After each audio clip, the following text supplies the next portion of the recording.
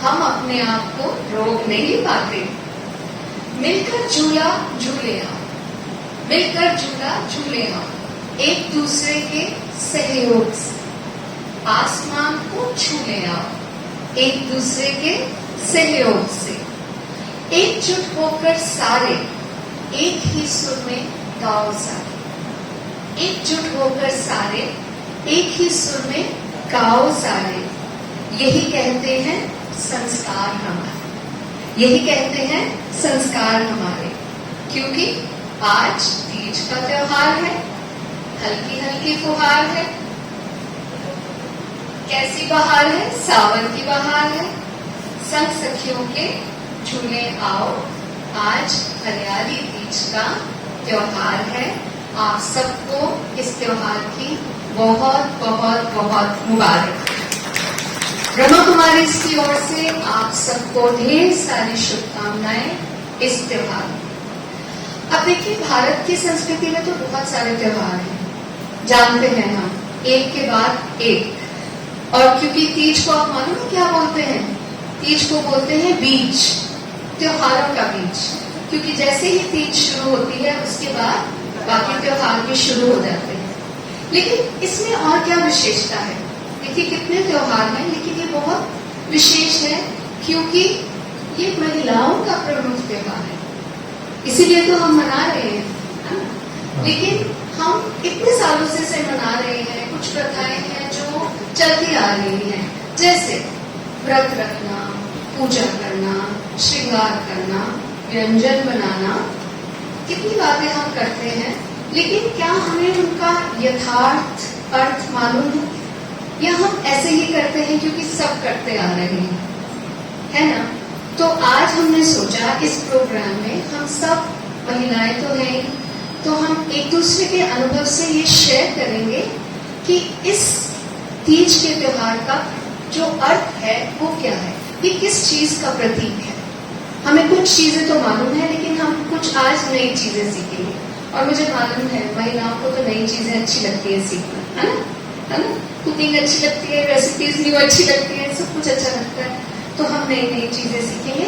आज हमारे साथ, हमारा सौभाग्य है कि हमारे साथ बहुत अच्छे सक्षम अनुभवी लोग हैं जो हमारे को अपने विचारों से हमें थोड़ा सा ज्ञान बढ़ाएंगे हमारा इस त्योहार के बारे में। तो हमारा सौभाग्य है कि हमारे पास पैनलिस्ट हैं जो कि हम सब आपके बीच में से ही हैं, लेकिन अनुभवी हैं, राजयोग से, ब्रह्मा कुमारी के ज्ञान से जुड़े हुए हैं। तो हम उनसे थोड़ी सांच करेंगे कि इस ज्ञान के लेने के बाद उन्होंने इस त्योहार को किस तरह मनाया और उसकी प्रथा को किस तरह से समझा। ठीक है, तो सबसे पहले मैं पैनलिस्ट को इनवाइट करूंगी स्टेज पर।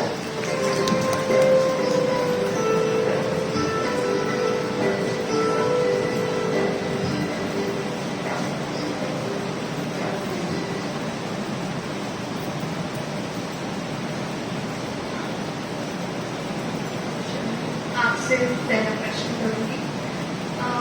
देखिए, सावन का महीना है, इसमें हम व्रत रखते हैं, फिर उसमें तीज आती है, तो इसको एक शिव पार्वती का सूचक भी माना जाता है, तो इसीलिए ये तीज का त्योहार है।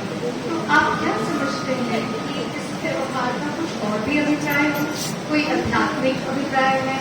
क्यों ही इसी महीने में ही हम परमात्मा को क्यों याद करें, किस तरह से याद करें, क्यों? इस पर थोड़ा से अपने विचार।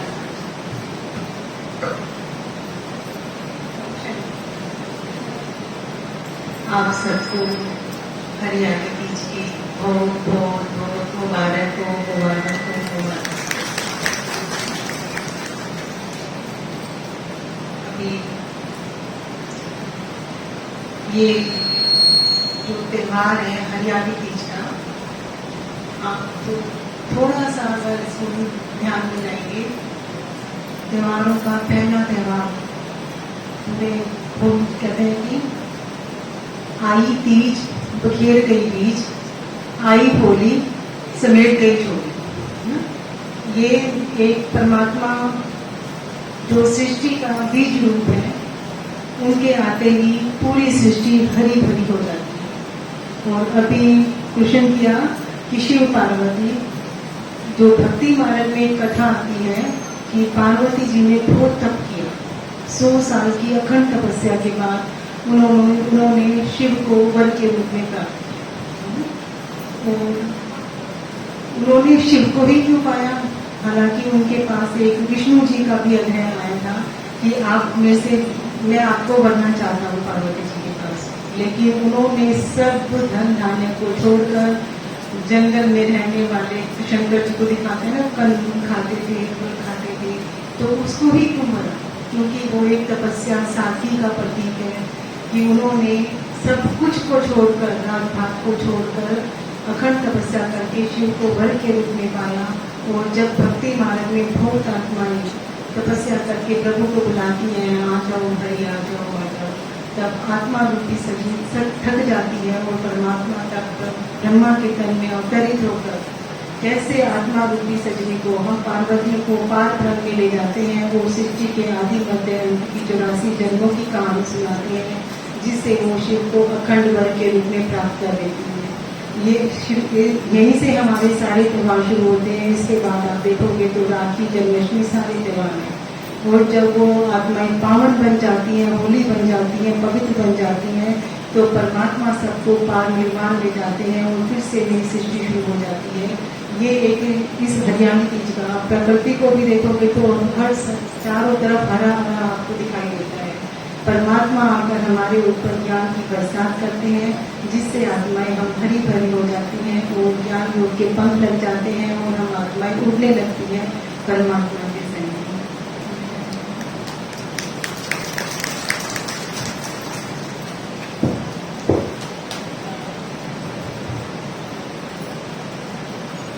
दूसरा प्रश्न मैं पूछना चाहूंगी हमारी मीरा बहन से।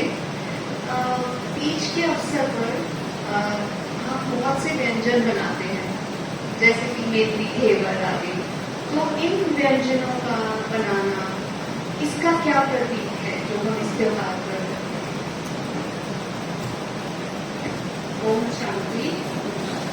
पहले तो आप सभी को तीज की बहुत बहुत बहुत मुबारक हो, मुबारक हो, मुबारक हो। दूसरा, आप इतनी श्रेष्ठ जगह परमात्मा के घर आए हैं, उसकी बहुत बहुत मुबारक हो। तो जैसा कि बहन ने पूछा कि पकवान का क्या रहस्य है, तो जब भी कोई तीज त्योहार हमारे घरों में आता है तो हम पहले से सोचना शुरू कर देते हैं कि बनेगा क्या, बनाएंगे क्या। बच्चे भी उत्सुक रहते हैं कि मम्मा क्या बनाओगी, घर में क्या बनेगा। तो बनता तो नमकीन भी है और भी पूरी कचौड़ी सब बनता है, मगर मेन मीठे पर जोर होता है कि मीठा क्या बनेगा। तो हम देखते हैं कि तीज के आसपास मार्केट में भी जो मिठाई दिखती है वो सबसे पहले दिखता है घेवर। तो कभी हमने सोचा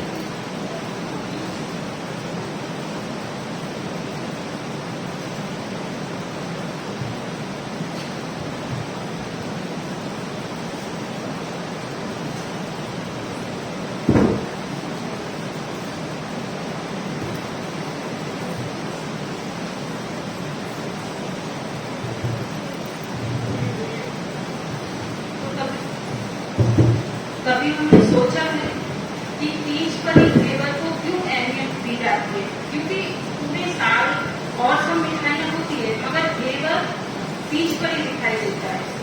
तो घेवर को हम देखते हैं, हम सब जानते हैं, आप सब भी जानते होंगे कि कैसे बनाते हैं। तो घेवर बनाने के लिए पहले घी को और बर्फ को अच्छे से मिक्स किया जाता है। उसमें बहुत मेहनत होती है। मेहनत उसके बाद उसको एक सांचे में तलते हैं तो वो बिखरता है, चारों तरफ बिखरता है। फिर उसको हल्के हाथ से इकट्ठा करते हैं। जब इकट्ठा करते हैं बहुत सुंदर एक घेवर तैयार होता है। जब घेवर तैयार हो जाता है तो उसको निकाल कर फिर ठंडा करके उसमें चाशनी डालते हैं। तो जैसे जैसे हम परमात्मा का ज्ञान डेली लेते हैं तो हमारी बुद्धि बेहद की हो जाती है। तो वो सोचने को मजबूर कर देती है कि तीज पर घेवर ही क्यों बनता है। तो घेवर का क्या मतलब है? घेवर का मतलब घेराव डालना। अब किस पर घेराव डालना? तो आज हमारे जो संबंध इतने बिखर गए हैं, कड़वे हो गए हैं, इधर उधर सब दूर दूर अपने आप से दूर होते जा रहे हैं। एक दूसरे से तो दूर है ही, मगर अपने आप से भी दूर होते जा रहे हैं। हमेशा चिड़चिड़ापन, उदासी, कभी ईर्ष्या, कभी क्रोध। तो ये कारण क्या है? तो परमात्मा आकर हमें ज्ञान देते हैं कि बच्चे अपनी शुभ भावना पर गिराव आत्माओं पर डालो। क्योंकि हम स्कूल में तो बहुत कुछ करते हैं, स्कूल में तो हम डिनर पर भी बुलाएंगे, पिक्चर भी दिखाने ले जाएंगे, गिफ्ट भी देते हैं महंगे महंगे, बट फिर भी हम सब अनुभवी हैं, फिर भी हमारे संबंध दूर दूर होते जा रहे हैं। तो इसका मतलब है कि परमात्मा हमें ज्ञान देते हैं कि बच्चे शुभ वाइब्रेशन लो, श्रेष्ठ भावना रखो, एक दूसरे के प्रति शुभ भावना शुभकामना रखो। तो जब हम शुभ भावना शुभकामना पर गिराव डालेंगे तो वो आत्मा हमारी तरफ खींचेंगे श्रेष्ठ भावना से, तो हमारे संबंध मधुर होंगे। तो ये एक दिन में नहीं होगा, ये कोई जादू मंत्र नहीं है। परमात्मा कहते हैं बच्चे रोज रोज जब हम ज्ञान और योग की प्रैक्टिस करते हैं तो ये जब हम खुद अनुभव करते हैं कि कैसे हमारे संबंध मधुर होते हैं। क्योंकि पहला वर्ग हमें अपने आप पर करना है, अब तक हम दूसरे पर कर लेते हैं, मगर ये पहला वर्ग हमें अपने पर करना है कि हम अपने मन को शुद्ध और निर्मल बनाएं, और यह होगा परमात्मा के ज्ञान और योग से।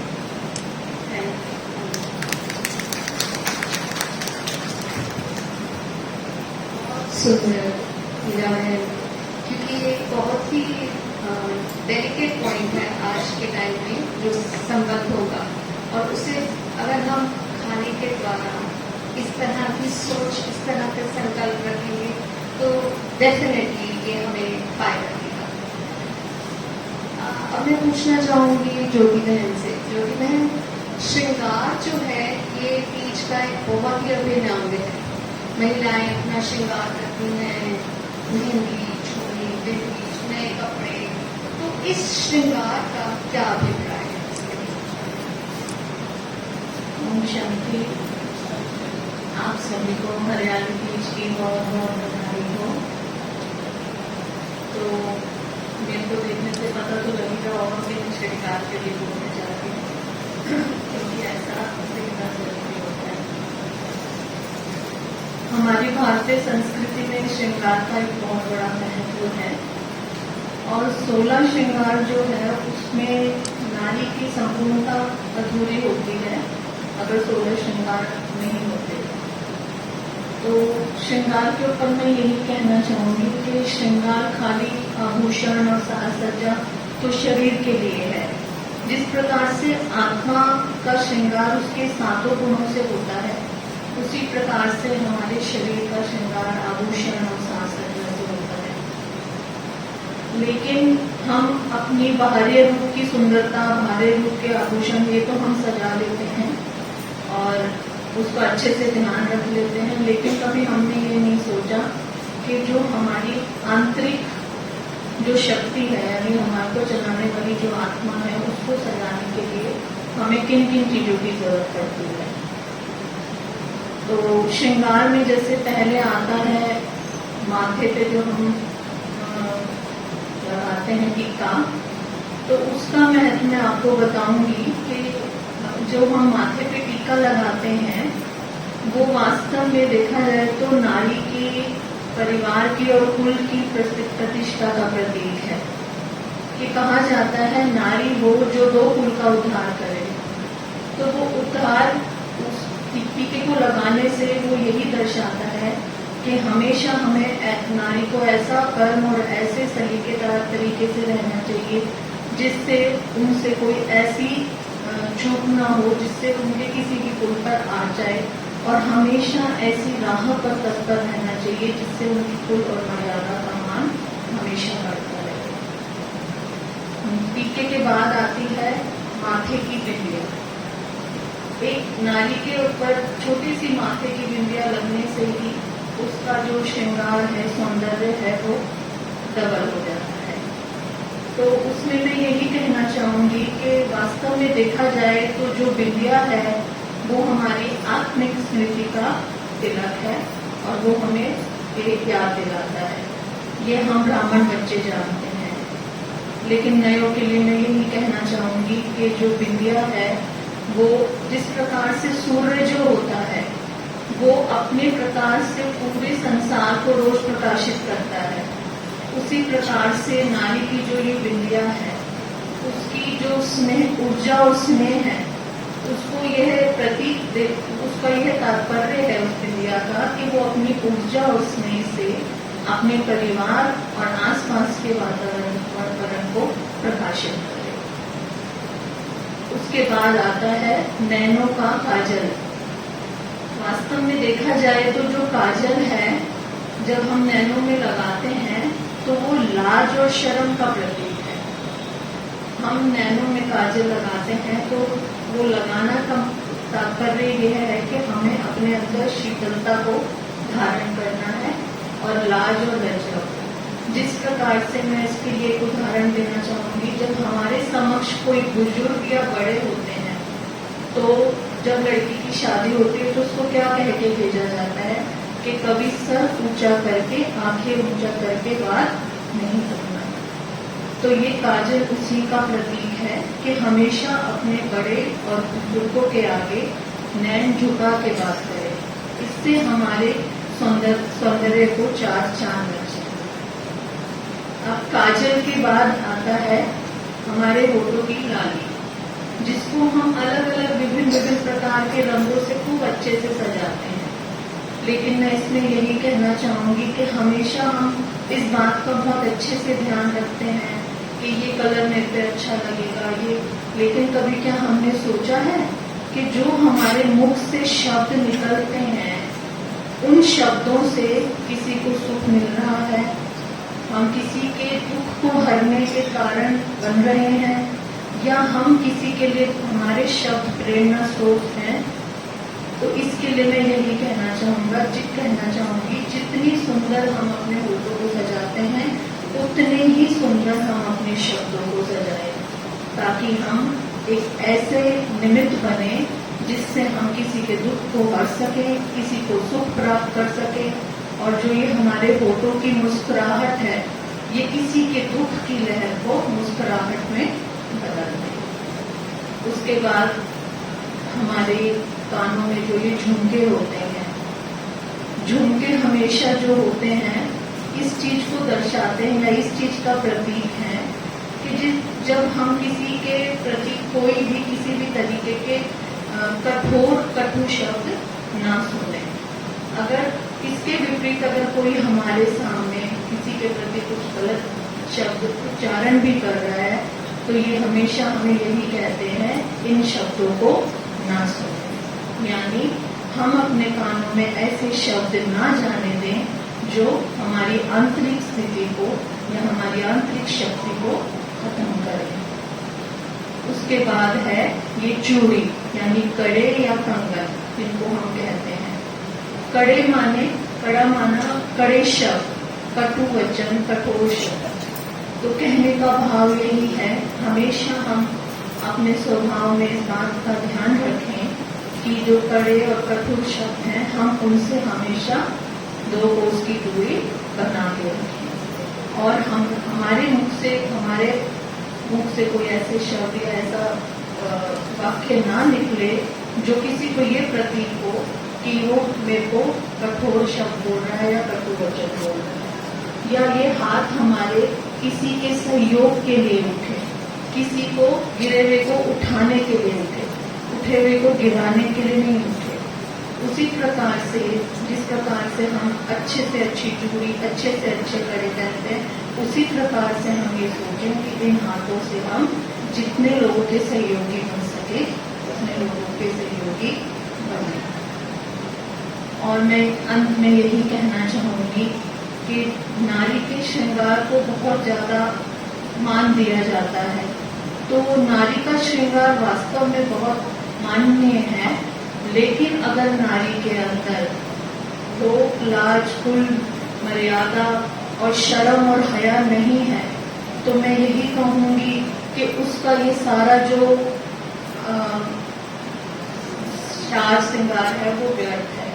क्योंकि अगर हमारे अंदर शर्म और हया और लोक लाज की अभाव है, तो ये जो हमारा साज श्रृंगार है ये व्यर्थ ही कहलाएगा। जिस प्रकार से कहा जाता है, अगर किसी भी नारी के अंदर पवित्रता की शक्ति है तो वो देव तुल्य हो जाती है, वो देवी के रूप में पहचानी जाती है। तो मैं आज आप सबको यही कहूंगी कि जैसे हम सब अपने आभूषणों, अपने वस्त्रों, अपनी साज सज्जा पे ध्यान रख देते हैं, उसी प्रकार से अगर हम अपनी आत्मा को सजाने के लिए पुरुषार्थ करेंगे या एक कदम आगे बढ़ाएंगे, तो जितना सुंदर हम अपने को ऊपर से दिखाते हैं, उससे 100 गुना सुंदर हम दिखने लग जाएंगे। ओम शांति।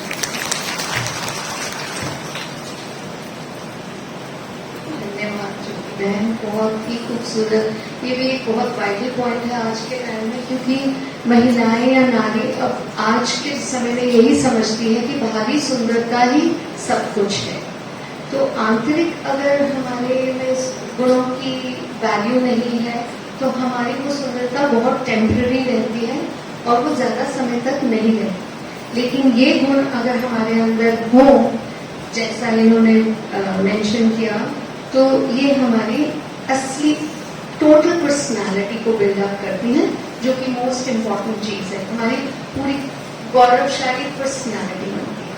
तो बहुत अच्छा। एक मैं आखिरी प्रश्न पूछूंगी आपसे। बहुत हमने, जैसे मैंने भी कविता पढ़ी, झूले के बारे में हमने रेफरेंस किया, तो झूले का क्या महत्व है इस त्योहार में?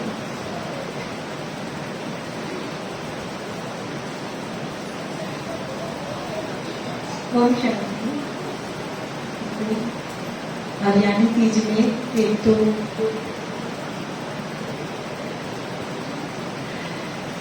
बहुत अच्छा, जैसे ही सावन आता है तो आप चारों तरफ झूले, चाहे वो राधा कृष्ण को भी देखेंगे झूले में है, भजन भी देखो झूले में है, और झूला जितना ऊपर जाता है और फिर वो नीचे भी आता है, और सब उसका वो इंजॉय करते हैं ना। ये नहीं कि नीचे क्यों आ रहा है, ऊपर क्यों जा रहा है।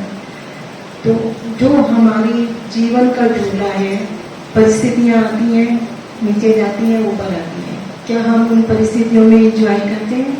अपने से पूछें। अगर हम जीवन को भी एक झूले की तरह है कि मेरा जीवन रूपी झूला ऊपर जा रहा है, नीचे आ रहा है, और फिर झूला जब झूलते हैं ना तो उसकी डोरी देखते हैं, उसकी डोरी कौन सी टहनी से बनी हुई है। अगर वो टहनी मजबूत है तो वो निश्चिंत होकर झूला झूलते हैं। और इस जीवन रूपी झूले में मेरी टहनी किसके साथ बंधी हुई है, मेरी जीवन डोर किसके साथ बंधी है? अगर मैंने परमात्मा के साथ अपनी जीवन डोर बांधी है तो मैं जीवन की हर परिस्थिति को इस झूले में बैठकर पार कर जाऊंगी। चाहे वो कैसी भी सिचुएशन हो, मैं निश्चिंत रहूंगी कि मैं परमात्मा की गोद में, आनंद के झूले में, प्यार के झूले में, खुशी के झूले में बैठी हूँ। मेरे ऊपर वो बैठा हुआ है जो सृष्टि का पालनहार है, तारनहार है, जग का खिवैया है। तो वो मेरे झूले को तो ना वो टूटने देगा, ना वो नीचे ऊपर होने देगा, तो वो मेरे को एंजॉय करवाएगा अगर मेरा निश्चय है, अगर मेरी डोर परमात्मा से बंधी हुई है। और दूसरा झूले में एक आता है कि उसका दोनों का बैलेंस चाहिए। अगर डोरी ऊपर नीचे हो तो हम झूले का एंजॉय नहीं कर सकते। ऐसे ही हमारे जीवन रूपी डोर में अगर लव एंड लव का बैलेंस, आज हम बच्चों को इतना प्यार दे देते हैं, इतना प्यार दे देते हैं, वो बिगड़ जाते हैं, वो पेरेंट्स की फिर नहीं सुनते हैं। अगर हम बच्चों को ला के साथ लव के साथ लव दोनों का बैलेंस रखें। मैं नहीं कहती कि आप उनको अच्छे से उनकी पालना नहीं करो, पढ़ाई नहीं करो, कुछ भी नहीं, सब कुछ करते हुए जीवन के जो मौलिक वैल्यूज हैं वो उनके जीवन में जरूर आना चाहिए। फिर क्योंकि हम अपनी लाइफ में देखते हैं, हमने बच्चों को पढ़ाया भी, लिखाया भी, लेकिन उनको सारे घर के काम भी सिखाए कि स्कूल में कैसे जाना है, मैनर्स क्या होने चाहिए। तो आज वो बच्चे किसी भी फील्ड में निकले तो हर फील्ड में वो सक्सेस है। लेकिन आज जब बच्चे, छोटे छोटे बच्चे ऐसी गाड़ियों में जा रहे हैं, ऐसे स्कूल में जा, सब कुछ ऐसी थोड़ी देर लाइट चली जाए तो उनका क्या हाल होता है ना, क्योंकि हमने उनको कठोर बनाया ही नहीं, वो नाजुक ही रहेंगे। तो ऐसे में वो छोटी छोटी सिचुएशन को कैसे पार कर पाएंगे? अब छोटा बच्चा है, चाहे वो अपना बैग उठा के जा रहा है, पेरेंट्स उसको उठाने ही नहीं दे रहे, नहीं मैं उठाती हूँ, उसकी मम्मा कहती है। तो क्या ये हम ठीक कर रहे हैं? हम उसको प्यार में इतना नाजुक बना देते हैं कि वो सिचुएशंस को पार नहीं कर पाता। तो उसको बैग भी उठाने दें, उसके साथ साथ भी चले कि वो आने वाले टाइम में अपनी परिस्थितियों को पार कर सके। ऐसा ना हो कि वो नाजुक रह जाए, वो थोड़ी सी सिचुएशन आए और फिर वो सुसाइड करे या डिप्रेशन में चला जाए, या फिर वो ऐसा हो जाए कि ना किसी से बोल है मैं क्या करूँ, क्या होगा मेरे साथ। इसीलिए घर में रहते हुए हम माताओं का, यहाँ मैं देखी हूँ सारा फील्ड माताओं का बैठा हुआ है, तो माता तो वो बुरी होती है जो बच्चे को ऐसा जिस सांचे में वो ढालती है, तो वो सांचा इतना सुंदर था कि कहेंगे कि इसकी माँ कौन है। बच्चे से पहले पूछा जाता है इसकी किसने पालना की है। लड़की भी जब घर में जाती है तो ससुराल घर जाती है तो उससे यही पूछा जाता है कि तेरी माँ ने नहीं सिखाया है, ये सुनने को मिल जाता है। अगर उसको हम ऐसी बातें सारी सिखाएंगे, लव एंड लव है, चाहे पुरुषार्थ और परमार्थ का महत्व है, कि हर कर्म करते हुए हम परमात्मा को जब साथ में रखते हैं तो वो हमें कर्म वो भारी नहीं लगता, वो हल्का लगता है। तो ऐसे झूला हमारा इतना एंजॉय वाला हो कि हम परमात्मा की गोद का, आनंद का, प्यार का एंजॉय करें। और तीज में मैं देखती हूँ एक मेहंदी का बहुत महत्व होता है, और मेहंदी शीतलता का प्रतीक है।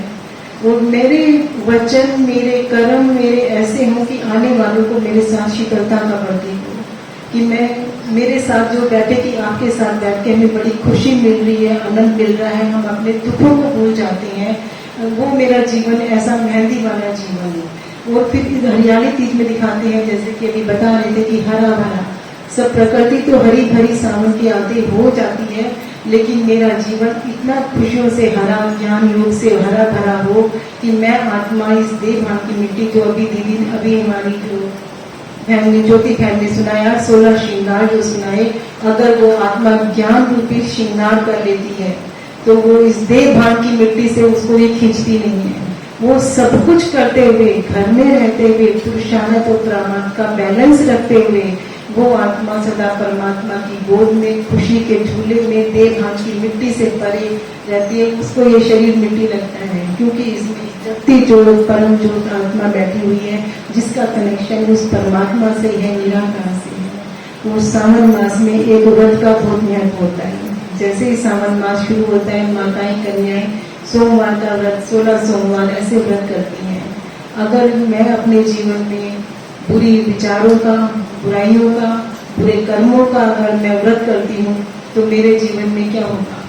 सुख शांति आ जाएगी। जो मैं दूंगी वही मेरे पास लौट कर आएगा। अगर मैं इन चीजों का व्रत करती हूँ कि आज यहाँ आप आए हैं, आपका बहुत वेलकम है, भगवान के घर में आए हैं, तो जरूर ये संकल्प लेके जाएं कि मैं इस सावन मास में हरियाली तीज में परमात्मा की गोद के झूले में झूलूंगी, शीतलता की मेहंदी लगाऊंगी, और मैं बुरे विचारों का, बुराइयों का विकारों की उनका व्रत करूंगी। जो मेरा जीवन इतना सुंदर हो जाए और ये हरियाली तीज आपके जीवन को हरा भरा कर दे, और ऐसी हरियाली तीज आप मनाओ कि आपको याद रहे कि मैं यहाँ गई थी तो मेरा जीवन सुधर गया, और यहाँ से मेरा जीवन एक हरियाली तीज के रूप में बना। आप सबको हरियाली तीज की बहुत बहुत मुबारक हो।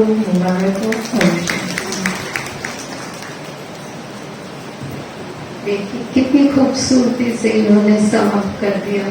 देखिए एक हम औरत ही नहीं, हम एक माँ भी हैं, तो हमारे लिए कितनी महत्व रखती हैं चीजें, चाहे वो हमारे बच्चे हैं, फैमिली है, हमारे संबंध है, हमारी अपनी ओवरऑल पर्सनालिटी है। तो हम ये किस के द्वारा अपने आप, किन चीजों द्वारा अपनी पर्सनालिटी को कर सकते हैं। मैंने इनका इंट्रोडक्शन आपको पहले नहीं करवाया, तो अभी करवाती हूँ कि ये वो शख्सियत हैं जो ज्ञान में इतने सालों से चल रहे हैं, ब्रह्मा कुमारी से जुड़े हुए हैं। इनके पूरे परिवार इनके साथ हैं, इनको सहयोग देते हैं, और इन्होंने इस ज्ञान के जरिए अपने जीवन को बहुत ही सुखद और आनंदमय बनाया है। हमारी ये खास, जैसे मैंने कहा पीतमपुरा से उषा बहन आती हैं, तो कितने ही साल हो गए आपको बताइए? 26 इयर्स हो गए हैं इनको, और ज्योति बहन है, इनको नियरली 20 इयर्स हो गए हैं। हाँ जी, है ना। और ये भी राजयोग की प्रैक्टिस करते हैं, इनके बच्चे हैं, 2 बेटे हैं, इनकी सासू माँ है, इनकी ननद है, जो सब ज्ञान में चलती है, जुड़े हुए हैं। तो देखिए आज उसका रूप देखिए, सुंदरता बाहर से भी है और अंदर से भी है, जैसे इन्होंने श्रृंगार की बात की।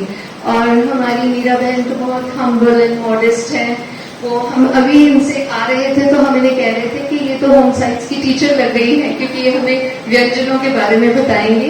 हम मजाक कर रहे थे इनके साथ, लेकिन ये भी बहुत प्रैक्टिस। आपको कितने साल हो गए? 40।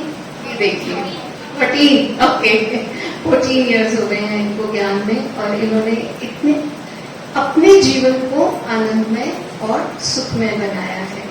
तो हम सबको इनसे प्रेरणा लेनी है, इसीलिए हमने इन्हें पैनल में रखा ताकि आप सब तक इनके अनुभव पहुंच सके और हम सब इनसे कुछ प्रेरणा लेकर अपने जीवन में आगे बढ़ें। अब मैं अनुरोध करूंगी हमारी आदरणीय रानी दीदी को कि वो हमें कुछ आशीर्वचन दें। हमने अपने जो ज्ञान से सीखा है उस अनुसार अनुभव से बात की है, लेकिन जो बड़ों का आशीर्वाद है उसके बिना तो पूरा कुछ नहीं हो सकता।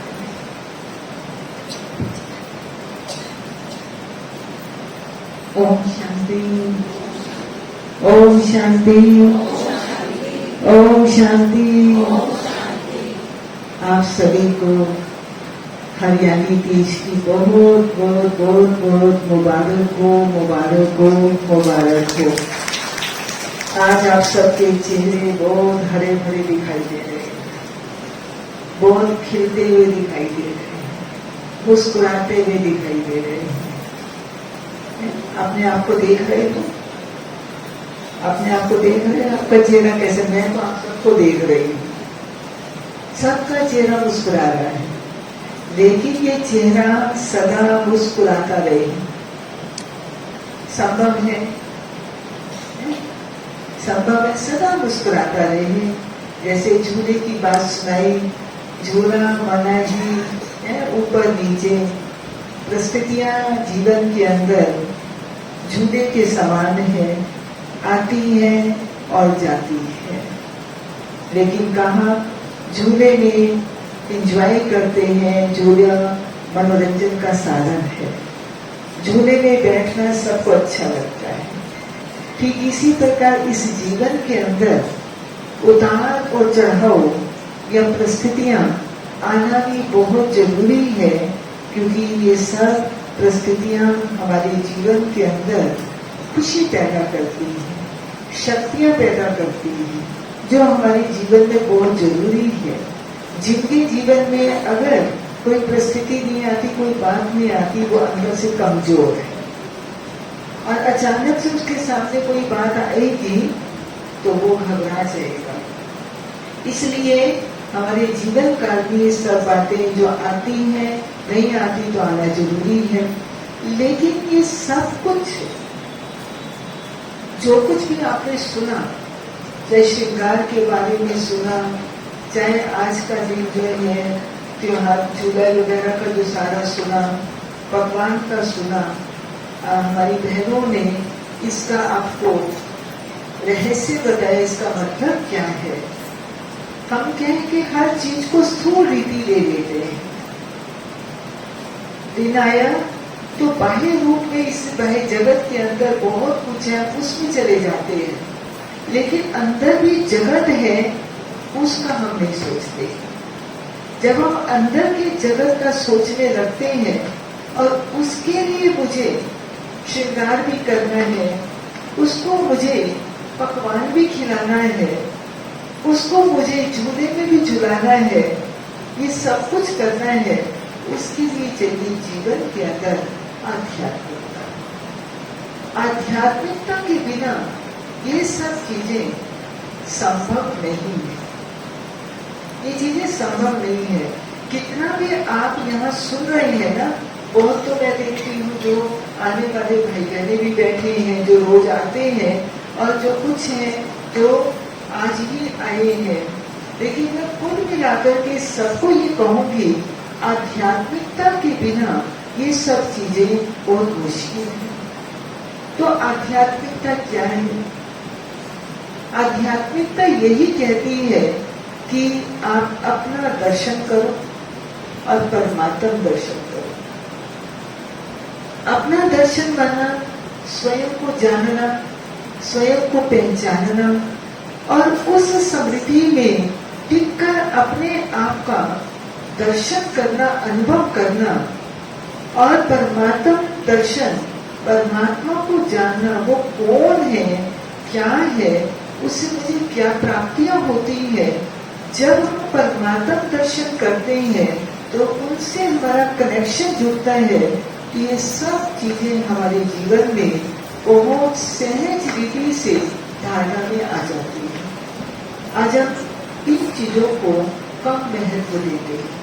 तो मैं ऐसा कहूंगी कि अगर आपने ये एक दिन है हरियाली तीज, आज का दिन आप खुशियां मना रहे हैं, खाएंगे पिएंगे, खा पी भी लिया होगा, जो परिवार के अंदर रीति रस्म वो सब कुछ कर दिए होंगे।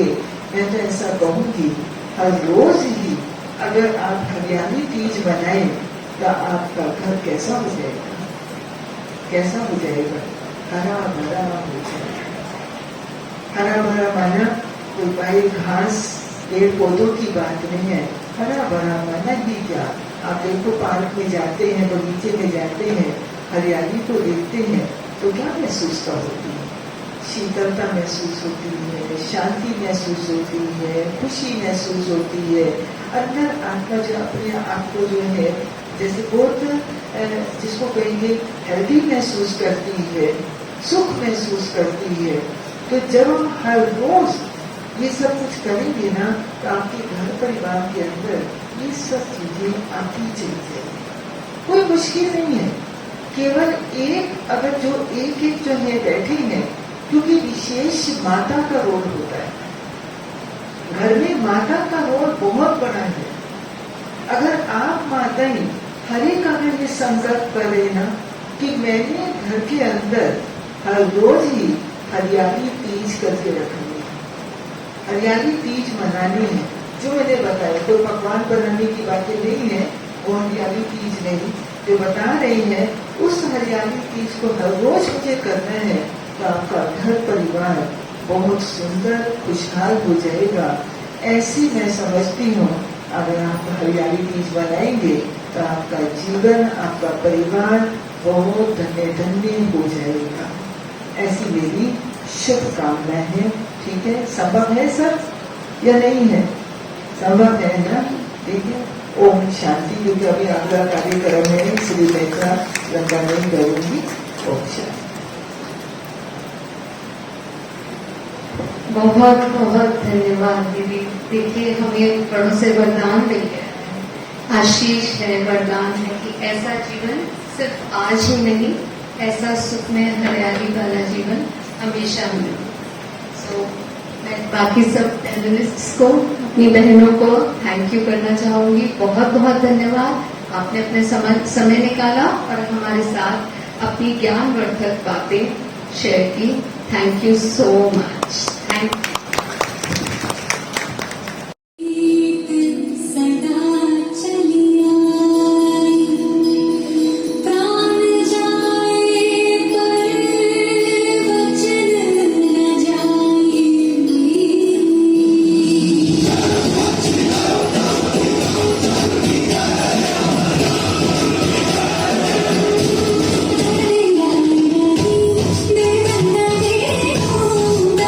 Thank you.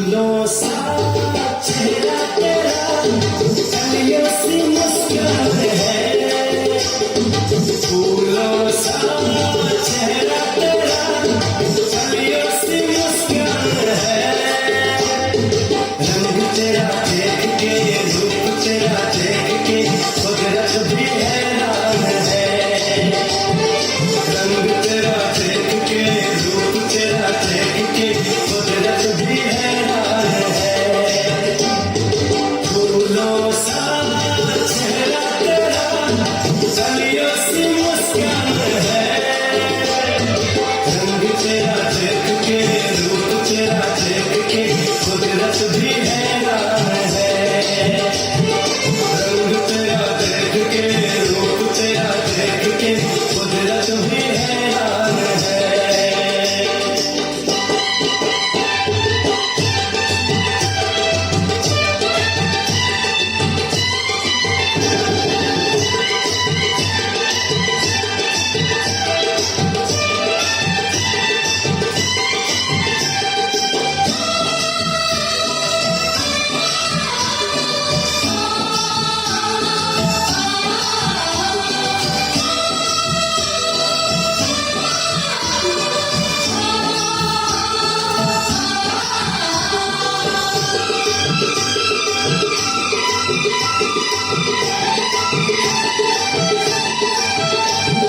हिरनी के जैसी आंखें हैं तेरी, बुलबुल के जैसी तेरी चाल है,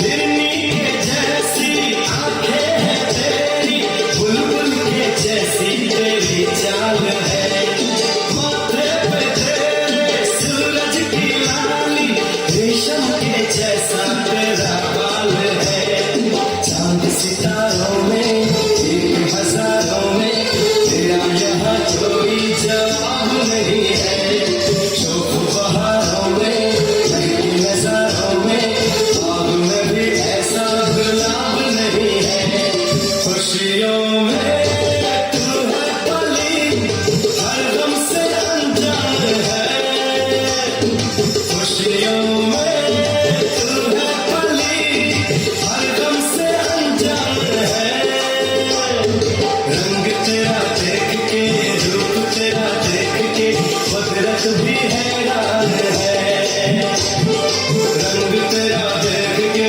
रूप तेरा देख के कुदरत भी हैरान है। तालियां थोड़ी कम पड़ गई। इतना सुंदर नृत्य।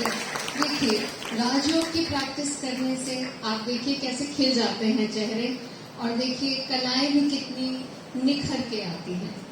अब हमारे साथ हैं मोना अरोड़ा, जो हाँ जी संगीत है ये गलियां ये चौबारा, इस पे आपके सामने नृत्य पेश करेंगे।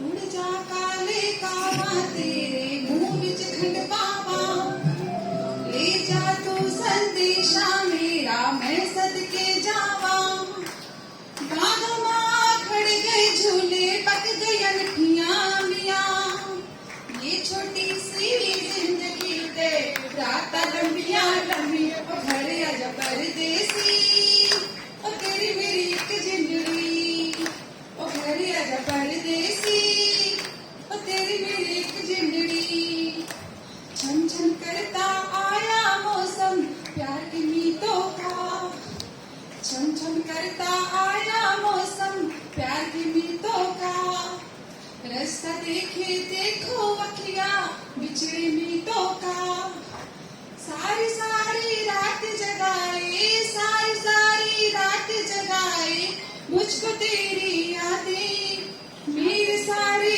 गीत बने प्रीत बनी मेरे दिल की फरियाद वो घर आजा परदेसी वो तेरी मेरी एक जिंदड़ी वो घर आजा परदेसी वो तेरी मेरी एक जिंदड़ी तो गाने सुनाऊंगी आप आपके ऊपर है। तू जो खांसे तो औलाद डांटे तुझे तू जो खांसे तो औलाद डांटे तुझे तू है नासूर सुख कौन बांटे तुझे कदर माँ बाप की हर कोई जान ले कदर माँ बाप की हर कोई जान ले अपनी जन्नत को दुनिया में पहचान ले और लेता रहे वो बड़ों की दुआ और लेता रहे वो बड़ों की दुआ याद रखना तो मानस की इस बात को भूल जाना ना रहमत की बरसात को भूल जाना ना रहमत की बरसात को ओम शांति।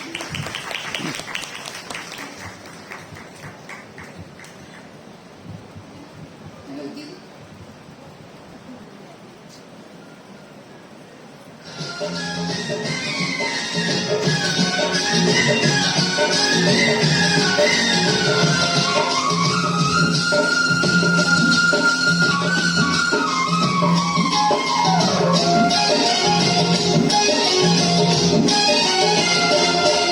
ये गलियां ये चौपाना यहाँ खाना ना खाना ये गलियां ये चौपाना यहाँ खाना ना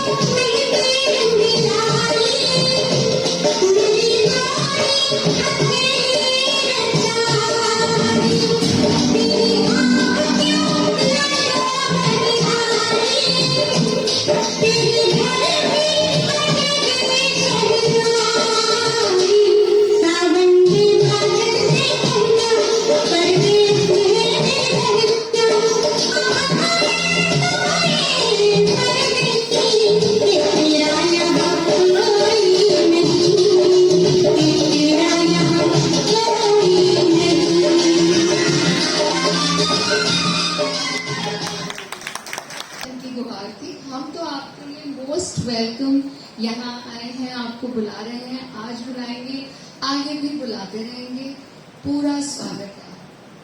अब आ रही है कविता गोयल, तेरी मुरली की धुन।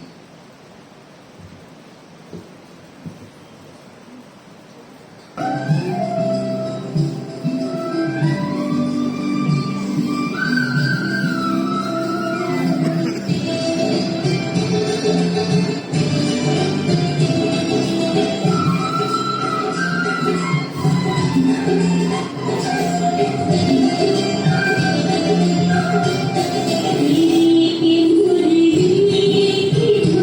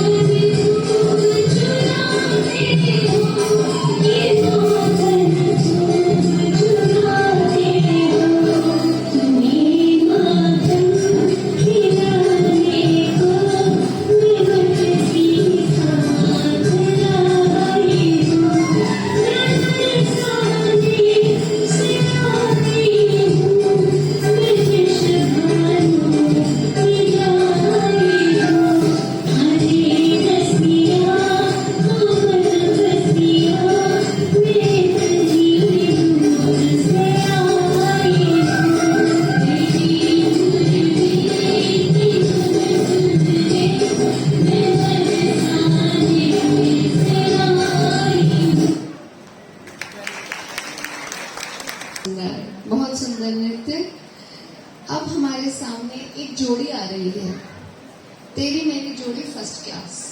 तो देखिए हमारे जनरली दिमाग में कैसा होता है, कैसी जोड़ी होनी चाहिए, है ना, होता है, कंडीशनिंग होती है। लेकिन ये एक कैसी है, माँ बेटी की जोड़ी है। और ये आपके सामने एक नृत्य पेश करने वाले हैं। और मैं आपको बता दूं कि ये गाजियाबाद से आए हैं और माँ बेटी दोनों राज योगा प्रैक्टिस करते हैं।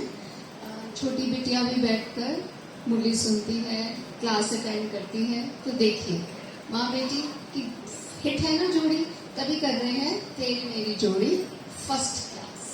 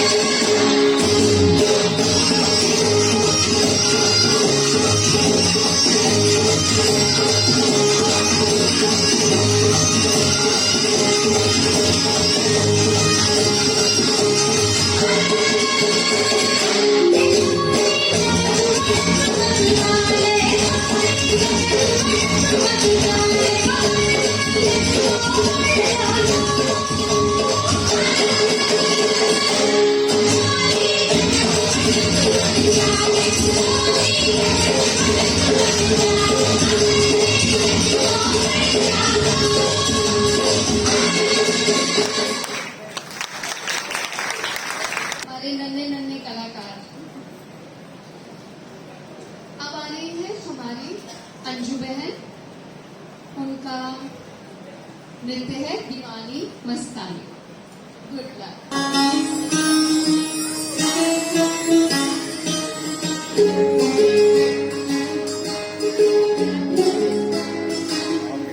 नजर जो तेरी लागी मैं दीवानी हो गई।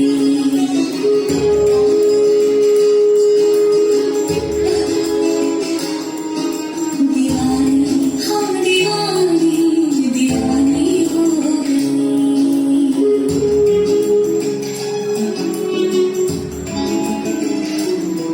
मशहूर इश्क की कहानी हो गई। जो जगने वाली तो मैंने लिखनी कहानी देखो कहाँ चली आई। कहते हैं ये दीवानी मस्तानी हो गई।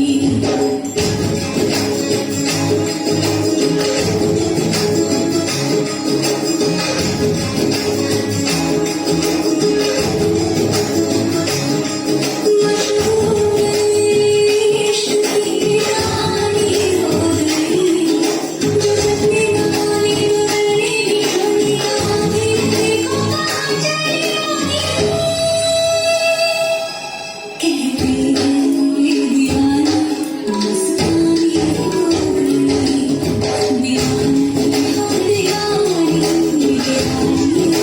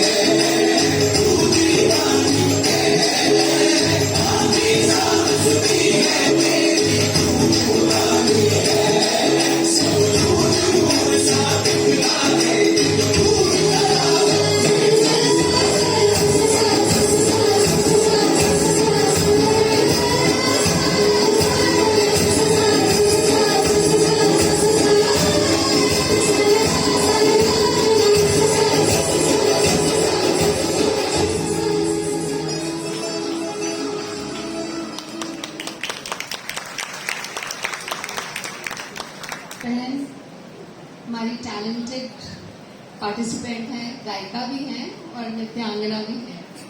तो अब हमारे सामने आ रही हैं प्रियंका माधवा, रंगीलो मारो ढोलना। आइए।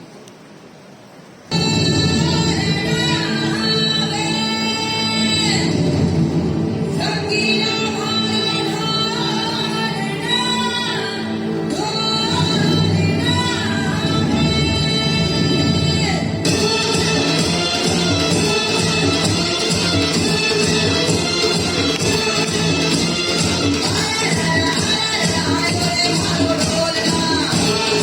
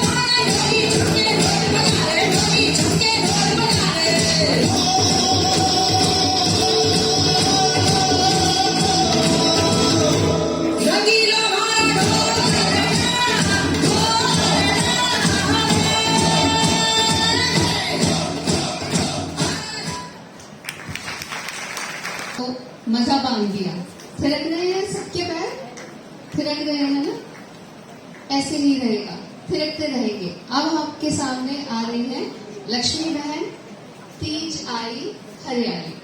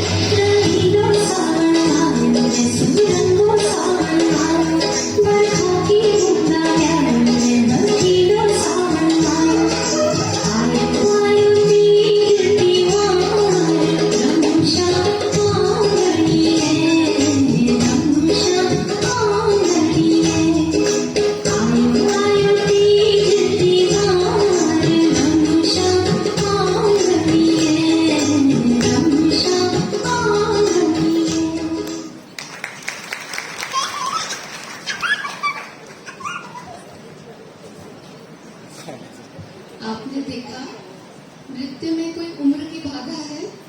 कोई बाधा नहीं, बड़े हो छोटे हो सब हो, तो आप भी तो उसमें शामिल हो सकते हैं ना, हो सकते हैं। चलिए खड़े हो जाइए, शामिल हो जाइए, खड़े हो जाइए अपनी अपनी जगह पे। थोड़ा सा नृत्य हम भी करते हैं, बैठ कर थक भी तो गए होंगे आप, थोड़ा हम भी अपने हाथ पैर हिलाते हैं, करें थोड़ा, ठीक है।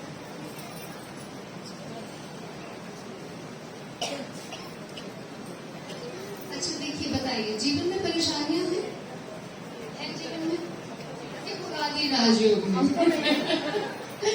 ज्यादातर तो पुरानी है ना। हमारे पास नए हमारे आए हैं गेस्ट, तो हो सकता है थोड़ी बहुत परेशानियां होंगी जिंदगी में, है तो हम उन्हें क्या करेंगे, हमने अपने उनको पैरों के नीचे रौंद देना। कैसे करेंगे? इस तरह देखिए कितना इजी है, करें शुरू करें। सबसे पहले अपनी परेशानियों को फिनिश, चलिए शुरू करते हैं। म्यूजिक चलाएंगे हम।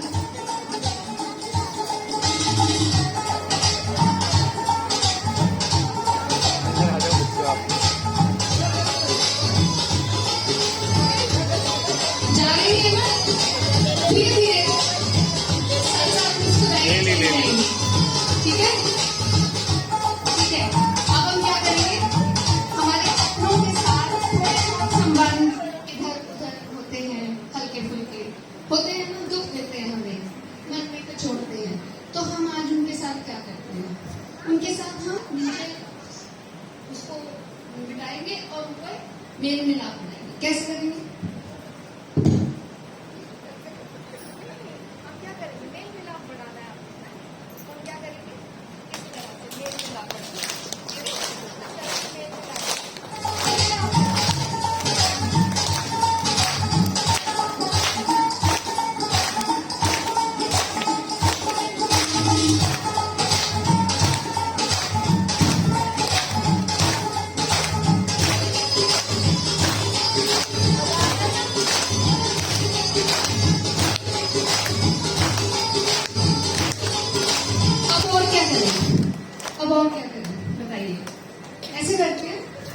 परमात्मा से खुशी हमने अपनी निकाल दी परेशानियां, ठीक है, मेल मिलाप भी हो गया। तो अब परमात्मा से लेते हैं और साम्यवाद, ठीक है, शुरू।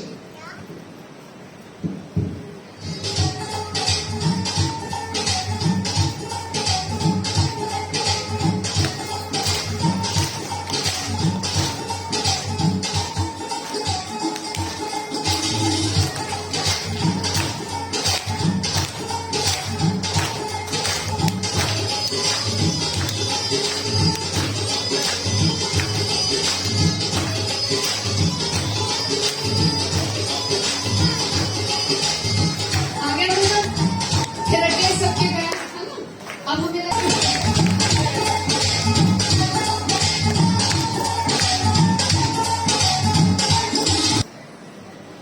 कि आप हमारे को सपोर्ट कर रहे हैं, हमारे साथ कर रहे हैं, तो आपके लिए भी हमने भी कुछ तैयारी की है।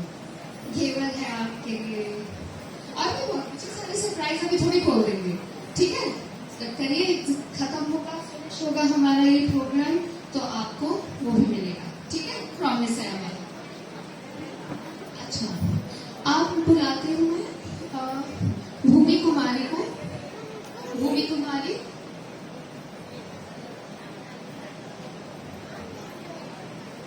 गीत सुनाएंगी, वह शिव पिया साथ है। भूमि कुमारी आप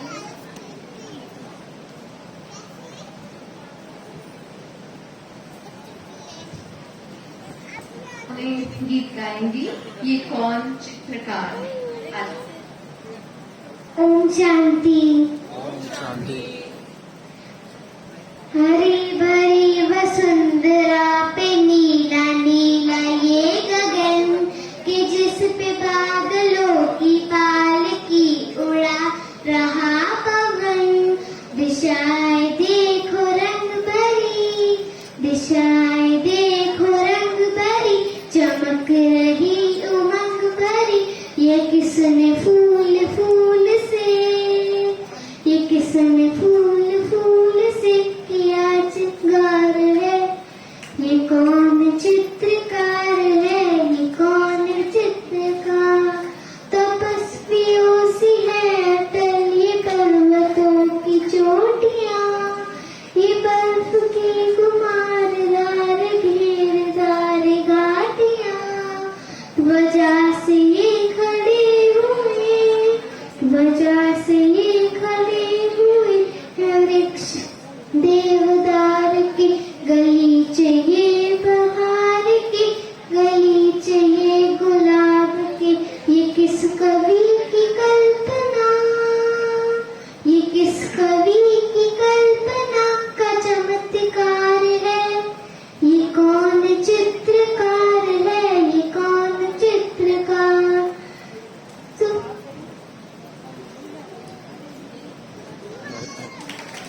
उत्साह, इनका मनोबल बढ़ाने के लिए एक बार जोर से तालियां बजाइए। यही तो होनहार है जिन्होंने बड़े होकर फिर यहाँ पर परफॉर्म करना है। अब हमारे सामने आ रही है हमारी यशोदा बहन, बिल्कुल तैयार है। सॉन्ग है, डांस है इनका घूमर।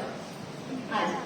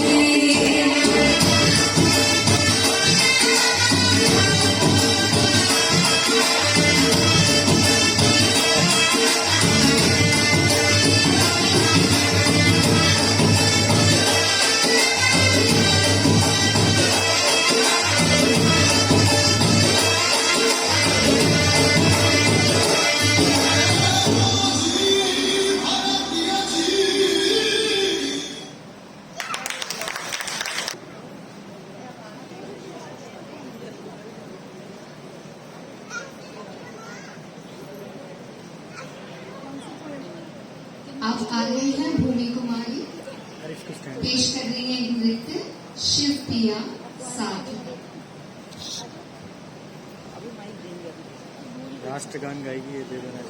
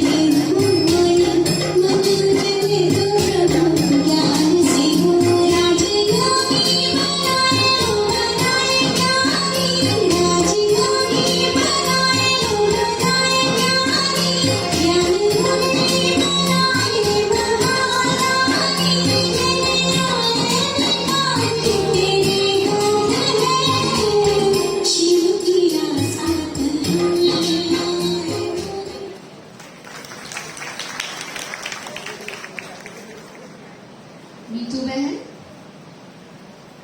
और सॉन्ग है परम पिता तू इतना प्यारा।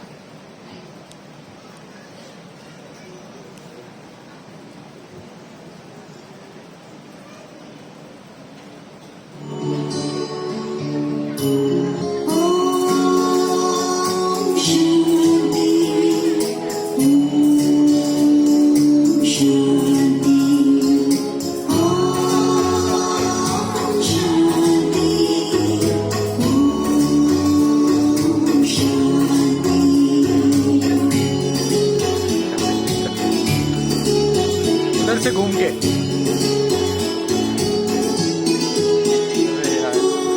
परम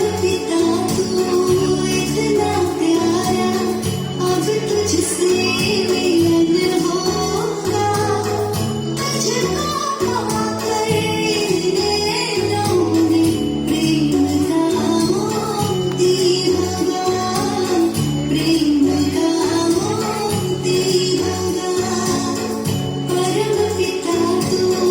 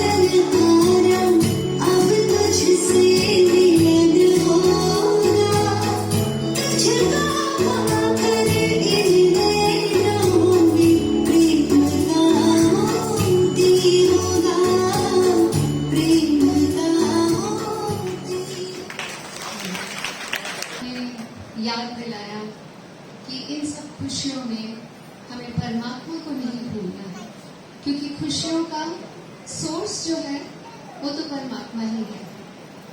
उसके साथ हमारा कनेक्शन जब जुड़ता है तो बाकी सब चीजें हमारे पीछे पीछे आती हैं। और ये बहुत अच्छा गीत था जिसके द्वारा इन्होंने हम सबको रूहानियत का एक्सपीरियंस करा। Thank you so much. अब आ रही है सलोनी गुप्ता, ऊंची नीची है डगरी।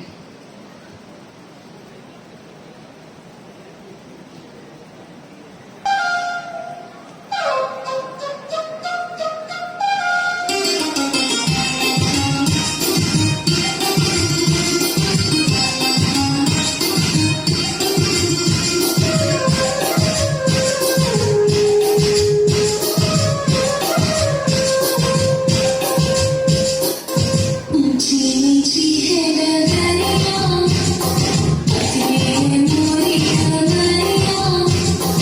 ऊंची नीची है डगरिया, पतली है मोरी डगरिया। जरा धीरे चलो जी, मैं धीरे चलूं जी, मैं धीरे चलूं जी, जरा धीरे चलूं जी। चले हैं बैरिया, चिन्ह है मोरी चिन्हरिया। जरा धीरे चलो जी, जरा धीरे चलो जी।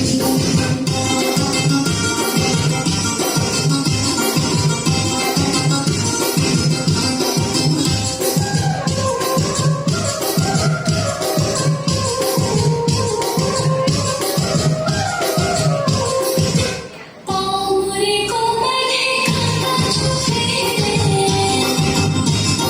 चुन्नी संभालो कंगना फंसे। गालों पे गाली और अखियों में खारी, चुप के दौड़े छल्ला शिकारी। जबकि नजर है करकरिया, लग जाएगी मोहे नजरिया। जरा धीरे चलो जी, जरा धीरे चलो जी। ऊंची नीची है डगरिया। अब देखिए, जब भी कोई नृत्य का प्रोग्राम होता है तो उसमें क्या ना हो तो तड़का नहीं लगता। बताइए बताइए। देखिए, पंजाबी गीत और संगीत के बिना तो जमता नहीं, तो हम उसको सेव फॉर द लास्ट ही करते हैं, ठीक है, ताकि हम देखें, खुशियां मनाएं, पैर थिरके और फिर हम ज्वाइन करें, ठीक है। तो उसके बाद आप सब ने ज्वाइन करना है हमारे साथ। शुरू करते हैं। आ रही हैं श्रुति बहन, ऋषिका और सोनिया बहन।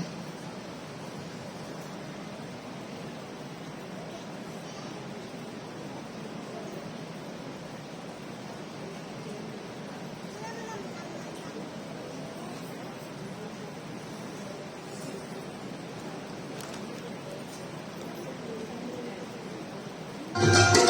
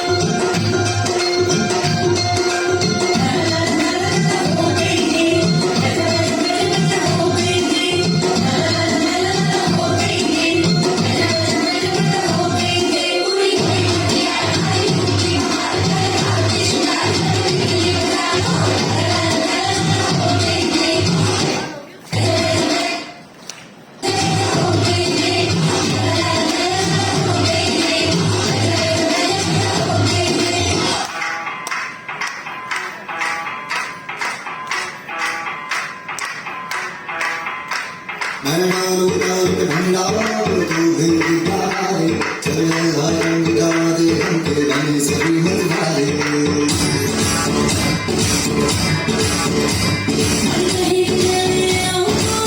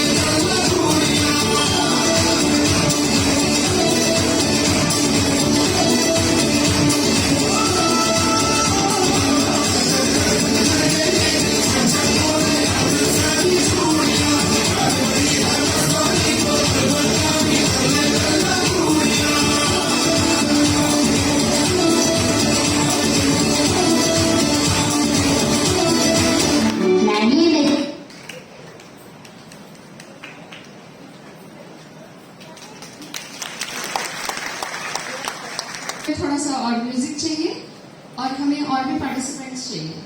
आ जाइए, आ जाइए, आ जाइए।